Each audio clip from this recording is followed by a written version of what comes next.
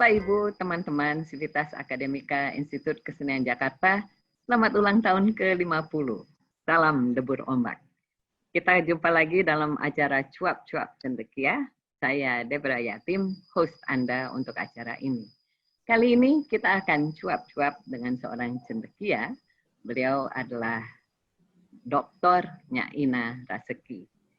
Beliau adalah Direktur Sekolah Pascasarjana Institut Kesenian Jakarta, seorang pengkaji, seorang musikolog, betul kan ya istilahnya musikolog, seorang dosen, dan juga menyebut diri sebagai seorang penyanyi.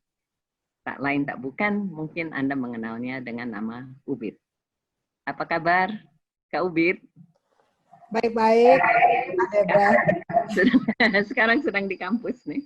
Iya, seolah-olah sedang di kampus. Di kampus, oke. Kita langsung saja ya. Ketika kecil, kan Ubit nampaknya terekspos kepada beragam kesenian, bentuk kesenian, seni pertunjukan maupun sajian sastra lokal di PD, di Aceh. Hikayat, lalu ada musik, sedati, dan sebagainya. Sehingga kemudian hal ini ikut membentuk cara Ubit mengeksplorasi kesenian Nusantara dan kesenian-kesenian dunia.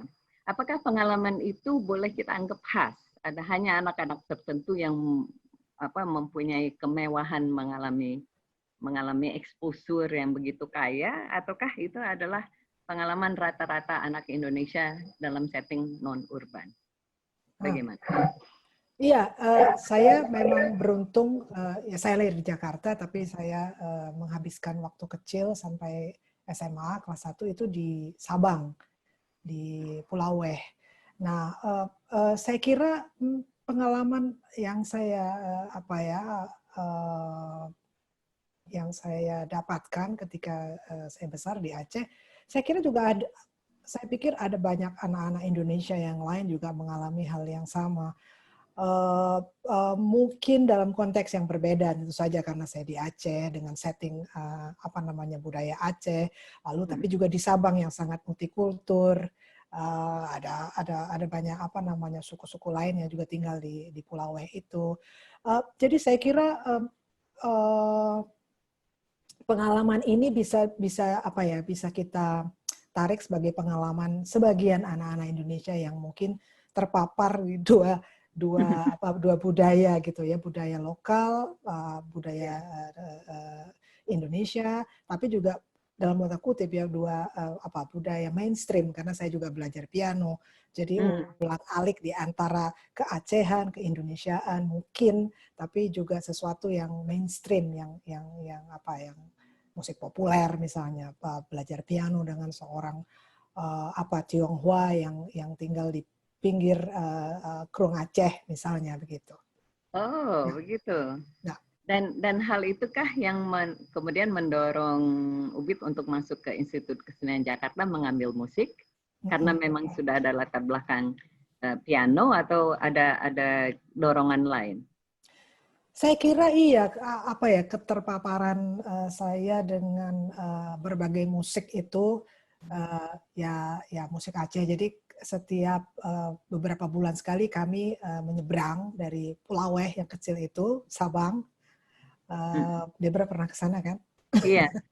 Ya.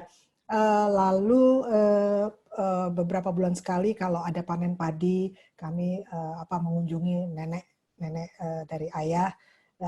Di sana ada banyak kesenian yang saya lihat. Ya tentu saya mencerap itu ya pelan-pelan. Misalnya sedati yang diadakan setelah panen padi misalnya.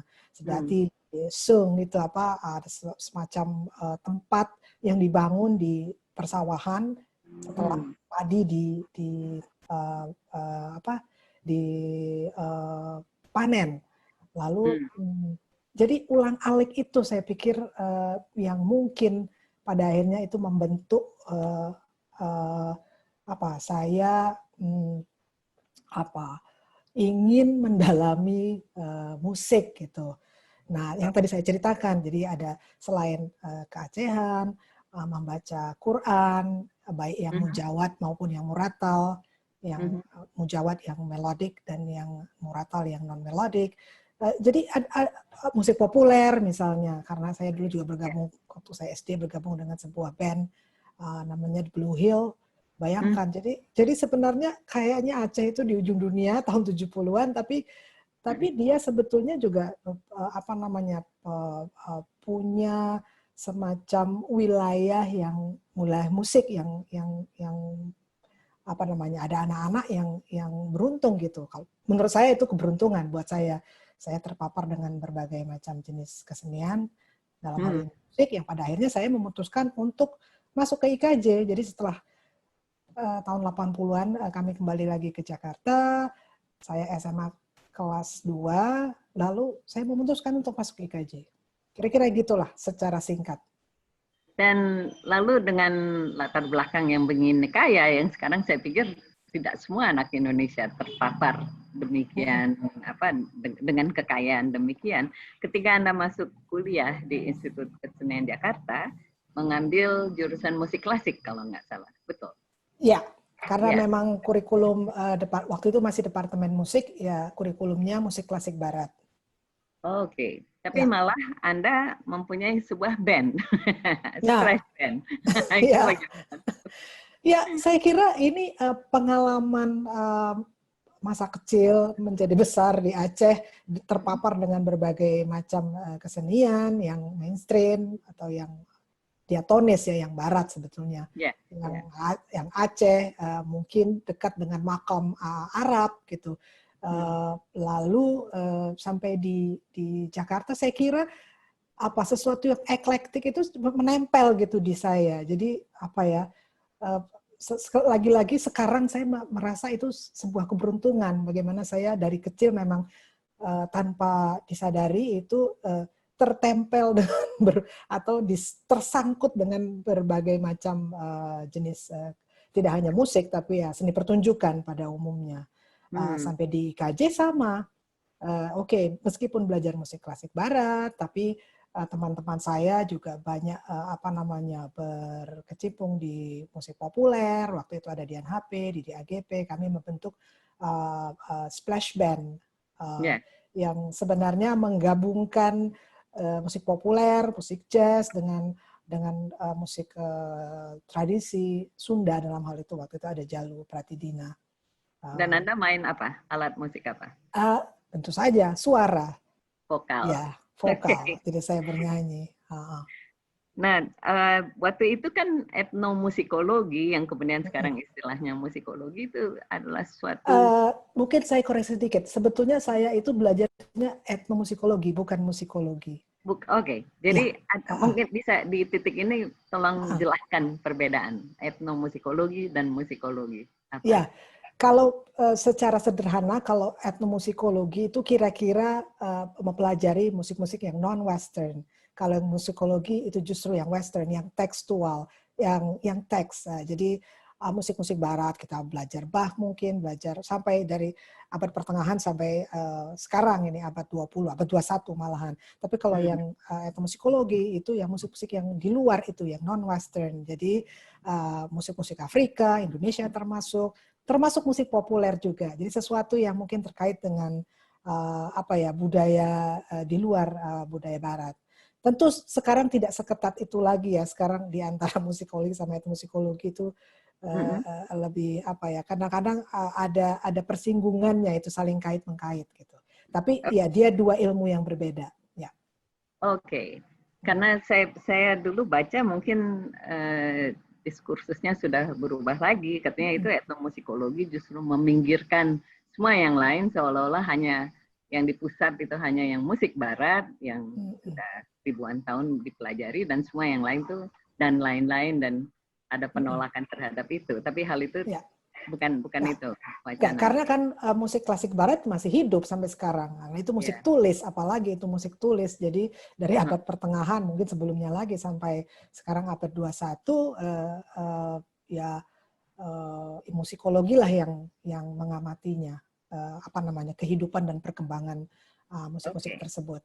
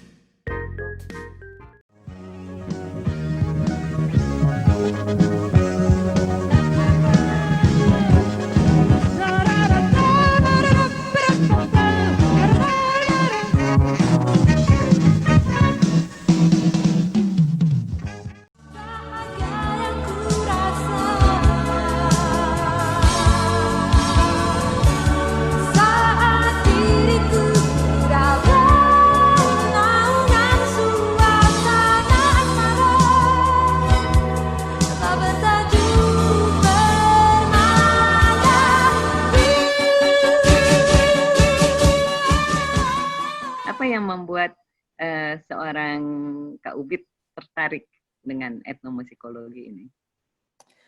Saya kira kalau saya mau mengaitkan dengan masa kecil saya, terpapar dengan berbagai jenis kesenian atau khususnya musik. Lalu ketika saya masuk IKJ, saya juga menemukan ternyata ya memang musik itu beragam. Meskipun saya belajarnya sebetulnya di IKJ itu kan musik klasik barat ya, karena kurikulumnya seperti itu. Yaitu anak Aceh datang ke IKJ belajar musik barat. Sebenarnya harusnya belajarnya ngaji aja kan. Mujawad yang bagus gitu. Salah satu dosen kami namanya Pak almarhum Sumario LE, beliaulah yang memperkenalkan kepada saya berbagai rekaman-rekaman. Beliau memberikan rekaman-rekaman yang beliau miliki, yaitu musik-musik dari berbagai penjuru Nusantara. Di situ saya mulai kenal apa musik Nias, musik yang ada di NTT, Flores waktu itu, Rote, musik-musik yang saya pikir wah itu berarti tahun 80 awal 80-an ya, 84, 85 mungkin. Ya saya pikir wah ini dia ini sesuatu yang mungkin sebelumnya sudah saya bayangkan tapi saya nggak tahu di mana saya harus dapatkan. Nah, jadi di antara pelan-pelan itu menumbuhkan kecintaan baru terhadap bunyi-bunyian atau suara-suara yang saya dapatkan dari Pak Sumario yang pada akhirnya juga saya cari-cari lagi sendiri. Nah, dan mulai saya bertanya-tanya ini rasanya ada keterbatasan yang saya hadapi dengan musik klasik barat karena ada banyak aturan yang bukan sesuatu yang salah, tapi buat saya itu pengekangan gitu. Ada kerangkeng, saya tidak boleh nyanyi. Kalau punya nyanyi klasik tuh nggak boleh nyanyi pop, nggak boleh nyanyi ini, nggak boleh nanti karena suaranya rusak lah dan seterusnya dan seterusnya. Pada akhirnya saya berpikir sepertinya saya harus memikirkan ulang ini nyanyi bel canto yang pada akhirnya disitulah saya mulai tertarik untuk belajar etnomusikologi. Saya kira itu mulainya. Sehingga waktu mengambil S2 dan kemudian melanjutkan ke S3, ke strata 3 di University of Wisconsin di Madison, di Amerika Serikat, Anda mengambil etnomusikologi. Betul. Ya. Dan menurut catatan, justru di sana mempelajari seni vokal tradisional Indonesia di samping yang lain-lain dari Afrika, dari Spanyol dan lain-lain. Gimana? Ada pengalaman dan insight yang menarik nggak yang bisa bagi dengan kita? Sekali lagi ini ironis ya. Jadi saya sudah belajar gamelan Bali di IKJ, tapi waktu itu ya nyanyian Bali dari Pak almarhum Iwayan Dia. Tapi ketika saya belajar secara formal di University of Wisconsin Madison, psikologi yang saya ambil, tapi kan saya juga berhadapan dengan begitu banyak kesenian dunia dari Afrika, dari mana-mana dari penjuru dunia. Termasuk waktu itu saya ingat saya mengambil mata kuliah Amadinda. Amadinda itu semacam xylophone dari Uganda. Profesor Lois Anderson yang mengajar karena beliau menghabiskan waktu awal tahun 70-an di sana di Uganda mempelajari alat musik itu. Iya, saya semakin terpapar dengan begitu banyaknya musik, saya makin menyadari bahwa memang kekayaan musik dunia itu menyadarkan saya bahwa apa yang saya dapatkan dari Pak Sumario itu juga kekayaan kita, kekayaan Nusantara yang sebetulnya yang mesti kita gali gitu. Dia tidak sekedar sesuatu yang tersimpan di Nias atau di Flores atau di mana-mana di sekujur Indonesia, tapi dia perlu diperhatikan, kira-kira begitu. Jadi ya begitu, saya waktu itu tinggal di sebuah rumah koop, jadi rumah kooperatif, di mana di situ 40% kuotanya untuk orang Amerika, tapi selebihnya itu dari seluruh penjuru dunia, termasuk saya, ada dari termasuk Israel, tapi ada Palestina, ada dari saya ingat dari Brazil, dari mana-mana, dari Taiwan. Nah, disitulah saya mulai semakin apa namanya menyadari bahwa ya betapa apa namanya prinsip keragaman musik itu ya membuka apa ya, membuka jalan baru untuk sebuah pikiran baru juga gitu. Ini menarik sekali. Ketika pulang saya ingat salah satu pertunjukan Anda yang pertama, Anda menyematkan diri sebagai penyanyi. Padahal saya tahunya pesuara dan kemudian pesuara sebetulnya. Kalau penyanyi itu terbatas, Debra. Kalau pesuara itu ya kita bisa bersuara aja seperti burung, misalnya seperti bunyi-bunyian di luar. Tapi kalau penyanyi itu ada batasan tertentu, menurut saya begitu. Jadi saya lebih senang menyebutnya sebagai pesuara. Dan lalu masuk genre-nya juga banyak kan, musik pop, jazz, kadang-kadang muncul di fashion show, kadang-kadang saya pernah nonton Anda digantung oleh Tony Prabowo melayang-layang di atas Geraha Bakti Budaya. Oh iya. Oh, itu sebetulnya di itu, Debra, di Goethe House yang digantung. Digantung oleh siapa perupa itu? Teguh Steenrijk. Saya digantung oleh Teguh Steenrijk. Jadi bukan Tony Prabowo ya itu. menyanyikan musiknya Tony Prabowo. Iya. Dan bahkan juga di tahun-tahun itu Anda dikenal justru di ranah musik pop sebagai pelatih kompetisi Indonesian Idol. Koreksi lagi sedikit. Itu bukan Indonesian Idol, tapi apa namanya? Akademi Fantasi Indosiar. Akademi? AFI. Itu AFI, bukan Indonesian Idol. Oke. Waktu itu sebagai pelatih di belakang layar? Pelatih di belakang layar, ya. Oke. Nah itu orang terkaget-kaget nggak dengan ini ada seorang akademisi, mana galak lagi, lalu kita nyanyi sembarangan. Ada pelajaran-pelajaran yang menarik nggak di dalam pulang dari negara lain dengan exposure mancanegara seperti itu, lalu kita oleh media massa itu kan dikungkung lagi. Musik yang boleh kita dengarkan hanya dia aja gitu. Itu bagaimana rasanya? Iya, saya pikir apa namanya keterbukaan yang saya alami itu dimulai dari masa kecil saya di Aceh hingga saya di IKJ. IKJ menyumbangkan apa namanya melatih keterbukaan saya kira sangat besar perannya. Misalnya IKJ, ketika saya sekolah di IKJ juga ada banyak komposer-komposer avant-garde yang datang dari New York misalnya. Jadi di antara musik Bali, musik avant-garde. Jadi memang saya kira ini modal saya ketika saya terpapar dengan berbagai jenis kesenian ini dan ranah kesenian ini, musik ini, saya semakin yakin bahwa ya memang saya ini eklektik lah. Saya mengambil sumber dari mana-mana dan pergaulan saya dengan berbagai pemusik dan musik itu saya pikir itu cara saya untuk mengenal kembali Indonesia, rediscover Indonesia dan lebih tepatnya Nusantara. Jadi negara kita yang pulau-pulau ini saya hayati melalui nyanyian-nyanyiannya. Ya saya mempelajari atau menghayati Indonesia melalui nyanyian-nyanyiannya. Kira-kira mungkin begitu, Deb, pada akhirnya. Ini ada pesawat lagi lewat ya, Mas. Dengar kan? Dengar. Okay. Itu soundscape, nggak apa-apa. Itu juga bagian dari yang saya amati.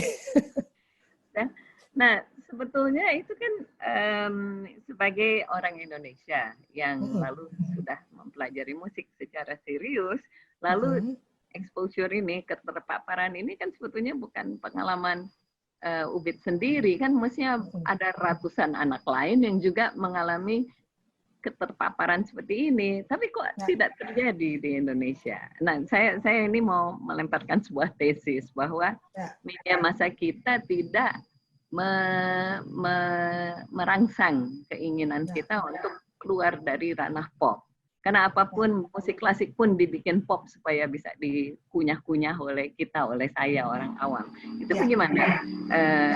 Bu Pit sebagai seorang akademisi, seorang PhD di dalam etnomusikologi, bagaimana melihat ini dan hendaknya kita bagaimana sebagai masyarakat awam untuk keluar dari kotak-kotak seperti itu?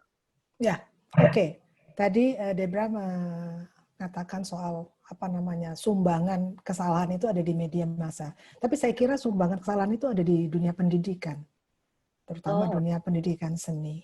Jadi kotak-kotaknya kan tidak salah ya, kalau ada jazz ada pop ya nggak apa-apa. Tapi bagaimana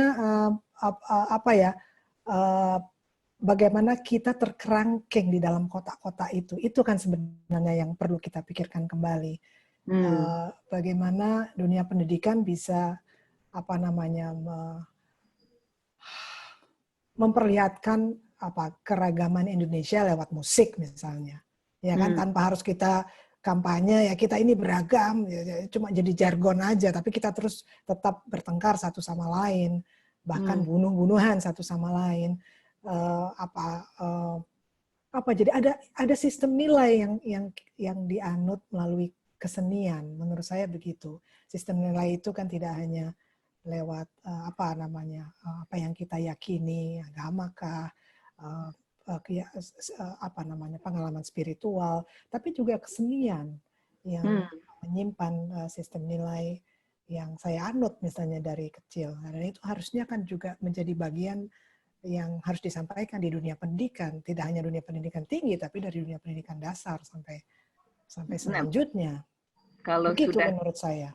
Jadi bukan kotak-kotaknya yang salah, jadi bukan kotak jazz kotak, tapi bagaimana kita melihatnya kan itu, Debra. Di situ masalahnya. Iya kan? Nah, apakah karena gurunya yang tidak kapabilitas itu kan mestinya dikembangkan sebelum dia menjadi guru. Nah, dia sendiri tidak memiliki keterpaparan dulu masa kecil di Pulau W dan lalu mendengarkan hikayat dan sedati, dan kemudian dia tidak memiliki ketertarikan untuk mengembangkan wawasan dan cakrawala si anak didik. Itu kita mulainya bagaimana? Ini kan suatu persoalan yang besar sekali. Jadi kalau kita omong begini. Ya, betul. Jadi saya sudah katakan tadi, Debra, kita itu terperangkap, kita itu terkerangkeng dengan kotak-kotak itu. Ini kalau saya mau pakai contoh musikal aja karena saya pahamnya itu. Jadi kalau orang yang suka jazz atau dia pemusik jazz kah, dia penikmat jazz, dia mau hanya dengar itu saja, ya kan? Kalau seseorang yang terpapar hanya pada musik klasik, ya udah dia di situ saja, dia nggak akan keluar dari kotaknya itu. Dia hidup di pulau sendiri. Pulau-pulau kita ini pulau-pulau yang harusnya bisa saling kunjung mengunjungi dalam bunyi dan suara. Itu tidak terjadi. Yang terjadi ya sudah. Meskipun menurut saya begini, meskipun mungkin kita tidak perlu jalan-jalan melalui pendengaran kita, melalui telinga kita, tapi palingnya kita tahu bahwa di sana ada musik Papua, di sini ada musik Aceh, sedati namanya. Kalau di Papua, di Biak, namanya war gitu misalnya. Di mana lagi ada di Sumba, ada Ibu Ataratu yang memainkan jungga misalnya. Paling enggak anak-anak kita tahu bahwa ada ya saling silang bagaimana bunyi itu bisa menyadarkan keragaman yang kita miliki gitu.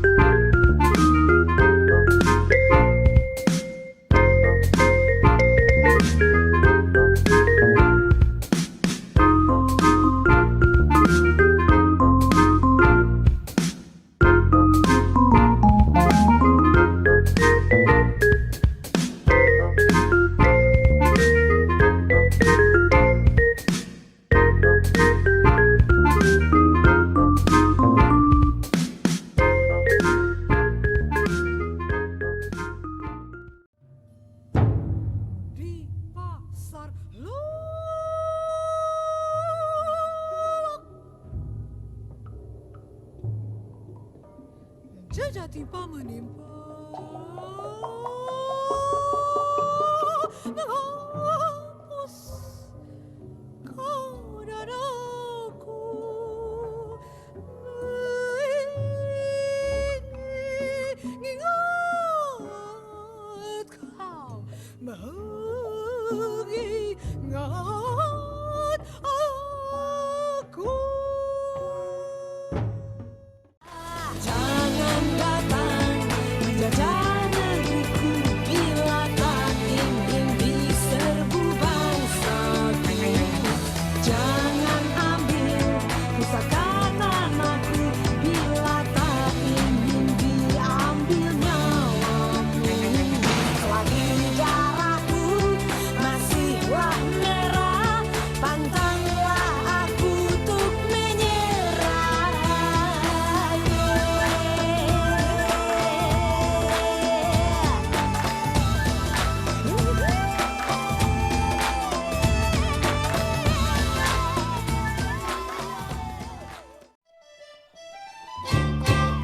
Sambil bernyanyi, jongkok berdiri, kaki melintang.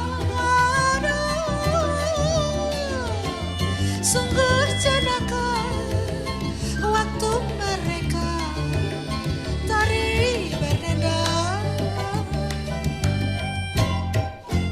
bersukaria, kelak tertawa semua orang karena hati tertarik kerak-kerik si tukang kandang.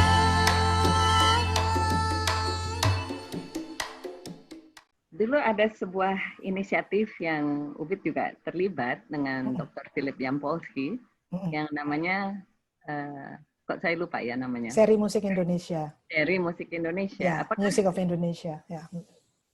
dan lalu itu malah diusung oleh Smithsonian Institute, jadi sebuah lembaga internasional.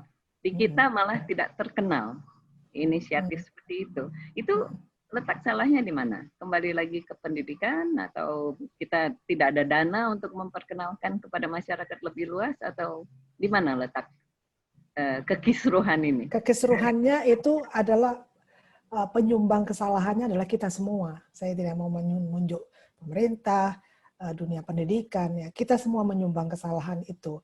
Saya sangat beruntung bahwa Smithsonian melakukan proyek 20 volume itu. Itu masih menjadi salah satu referensi saya untuk memperdengarkannya kepada mahasiswa, atau ketika saya memberikan workshop itu nggak ada yang lain, Debra, masih sangat sedikit. Kalaupun ada itu proyek-proyek yang kecil-kecil saja, tapi ini kan komprehensif ya, ada 22, tapi yang terbit kalau nggak salah cuma 20 volume yang dilakukan oleh Mas Philip Jampolsky, dan tentu saja 20 CD. Ya, CD. Ya. Luar biasa ya itu. Ya, itu saya kira itu referensi yang masih sangat penting sampai hari ini.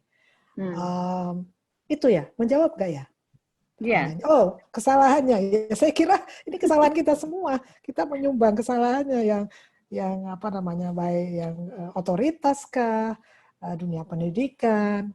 Sebenarnya juga akses kan. Kita bagaimana kita jangan ngomongin dana terus, tapi akses kita mengerjakan ini ada nggak gitu. Iya. Kan gitu ya.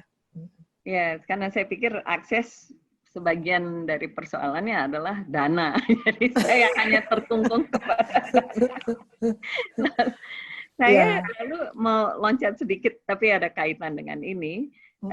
Di dalam pidato ilmiah Anda tahun lalu ya, tahun 2019, kan Anda mengungkit tentang kesenian urban. Dan kesenian urban itu bagaimana kita harus melihatnya? Padahal kebanyakan masyarakat Indonesia adalah orang rural. Itu bisa tolong jelaskan, apa saya salah melihat dari istilah urban itu? Ya, itu saya kalau nggak salah saya ketika menulis artikel itu untuk pidato apa itu namanya, wisuda ya, acara wisuda kalau nggak salah. 2019 ya. Ya. 2019 enggak, saya kira 2009 2010 apa 2009, saya Oh, lupa. Itu lebih artikel lama. sudah, saya kira sudah 10 tahun yang lalu saya tulis. Wah, oke. Kan itu konteksnya IKJ. Ya, ya. Ya, IKJ itu kan apa namanya, hidup atau dibesarkan dengan konteks keurbanan. Jadi keurbanan itu kan sebenarnya aspirasinya, Debra. Jadi Hmm, bagaimana sih kesadaran kita akan keurbanan? hmm, Apa sih itu kalau untuk konteks IKJ? Itu kan sebenarnya di mana semua unsur budaya, ekonomi, politik itu kait-mengkait. Yang rural, yang kota, kita bersama-sama di dalam satu wilayah ini yang namanya hmm.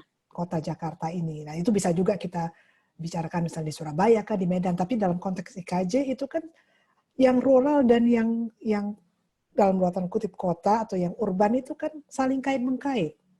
Jadi urban itu bukan, kalau untuk saya bukan kekotaan, tapi aspirasi apa percampuran dari berbagai unsur ini.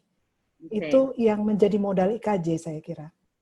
Ya. Dan Anda menyebut salah satu istilah yang sangat bergaung bagi saya, uprootedness. Jadi Ya.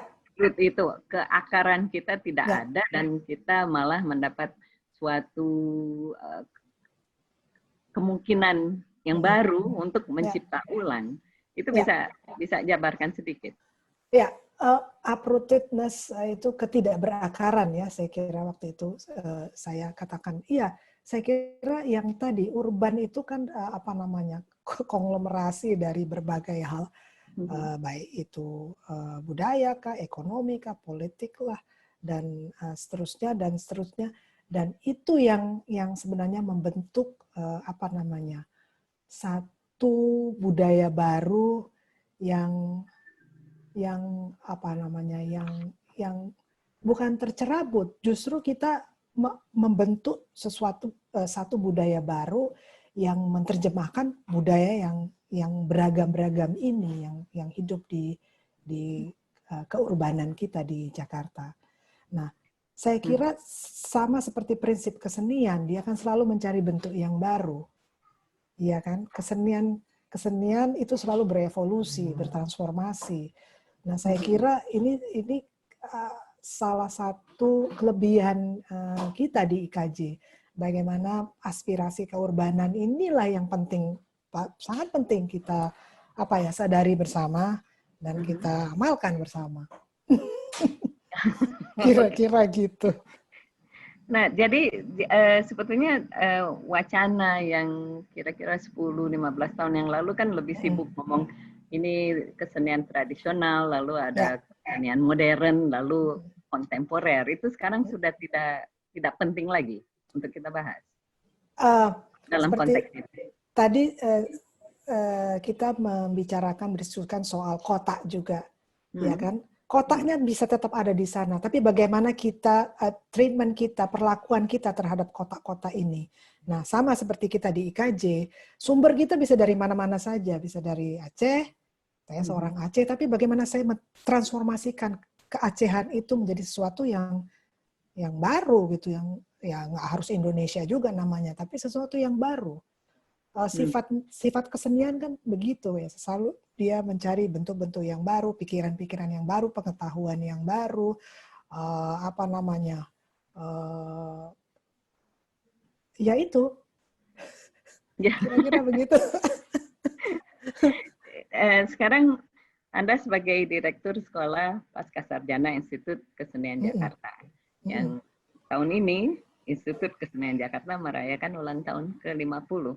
Menurut Ubit, dengan mungkin komparasi terpaksa dengan pendidikan strata 2 kesenian di negara lain, negara maju dan negara lain, gitu, eksplorasi keseniannya hendaknya bagaimana dan sampai bagaimana, dan lalu alumni Institut Kesenian Jakarta hendaknya bagaimana? dengan modal ini.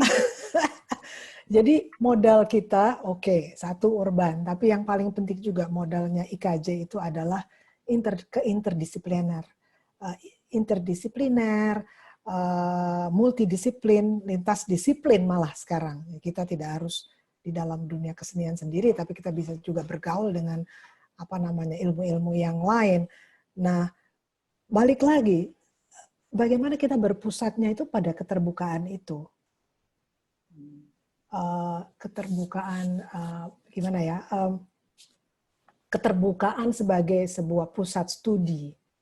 Ya, baik dia mahasiswa, apakah dia harus mencipta, apakah dia harus mengkaji modal keurbanan yang uprootedness tadi, modal interdisiplin, bagaimana dia bisa bergaul, mengambil inspirasi, baik yang masa kini maupun yang masa lalu, menggunakan mantra misalnya, menggunakan sedatik, balik lagi Aceh ya.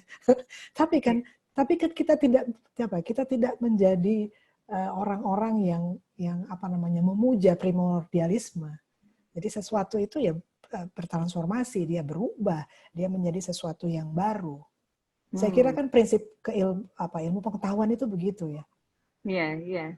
Jadi sebetulnya luar biasa Pak Sumario RE itu ya. Sumario LE. Ya. LE. Luar biasa. Jadi itu dari sekian tahun yang lalu dia sudah punya pemikiran yang bisa menyumbang terhadap masa depan kita 2020 ke depan ya. Ya. Lalu ini mungkin terakhir, Anda adalah proponen yang sangat sengit agar masa sih enggak menjadi masyarakat pembaca, dan lalu Anda melemparkan pendapat bahwa kesenian urban sesungguhnya cuma bisa tegak di atas budaya tulisan karena tidak lagi bisa hanya dari ilham, dari lisan dan spekulasi. Bisa tolong jabarkan argumentasi yang super lebar ini. Saya kira saya akan menjawabnya dengan satu kalimat saja. Gini, kan sebenarnya tadi kita sudah diskusikan panjang lebar. Ini konteksnya sekali lagi IKJ ya, Institut Kesenian Jakarta, yang apa namanya pusat dari studinya adalah seni sebetulnya. Bagaimana kita memahami apa namanya kehidupan masyarakat urban, kehidupan sosialnya dan seterusnya, itu melalui kacamata kesenian. Iya kan? Nah, selama ini kesenian itu dianggap sebagai ornamen gitu, Debra. Ornamen, sesuatu yang berhubungan dengan emosi. Ya kan? Belum banyak masih tidak hanya orang yang di luar pendidikan seni, bahkan yang teman-teman yang masih yang ada di dalam dunia pendidikan seni itu tidak menganggap apa namanya seni itu sebagai satu disiplin ilmu yang mandiri, yang berdaulat gitu. Tentu kita masih harus pinjam banyak ilmu yang lain, tapi bukan ilmu yang lain yang mendikte kita yang harus bisa mendikte apa ilmu-ilmu yang lain yang ada di sekitar ilmu-ilmu sosial, apa antropologi kah, cultural studies kah, dan seterusnya. Tapi bagaimana kita bisa memahami apa namanya kepiawaian mahasiswa dalam mencipta maupun mengkaji seni itu ya tadi itu lewat pemahaman yang baik, ya tentu harus membaca, tidak ada jalan lain. Jadi mencipta itu tidak sesuatu apa yang datang dari langit gitu runtuh, dia itu sesuatu yang harus dikerjakan terus menerus. Memerlukan referensi tidak hanya literatur kalau untuk penciptaan, tapi dia harus melihat karya-karya sebelumnya ya, di lautan dan di awanan, saya sebutnya begitu, lautan dan awanan apa namanya karya-karya ilmiah maupun karya seni yang sudah ada. Bagaimana kita mau masuk? Karena kalau kita lihat, kalau kita terlalu banyak membaca juga kita bingung, wah ini semua ditulis orang ya, kita mau nulis apa lagi gitu kan.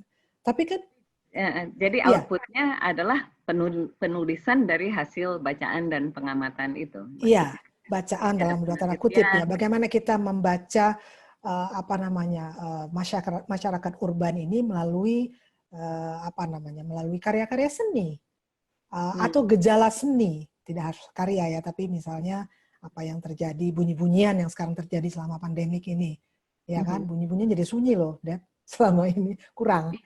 Sekarang mulai ramai lagi.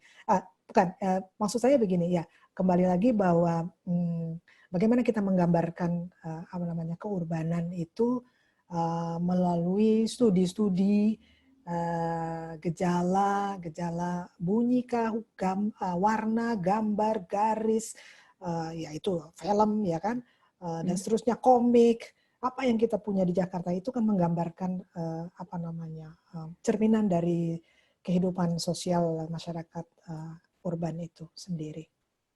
Saya kira Jadi, itu. Setelah baca, meneliti, membaca, dan lalu menulis dan merekam. Ya, itu bisa bolak-balik itu.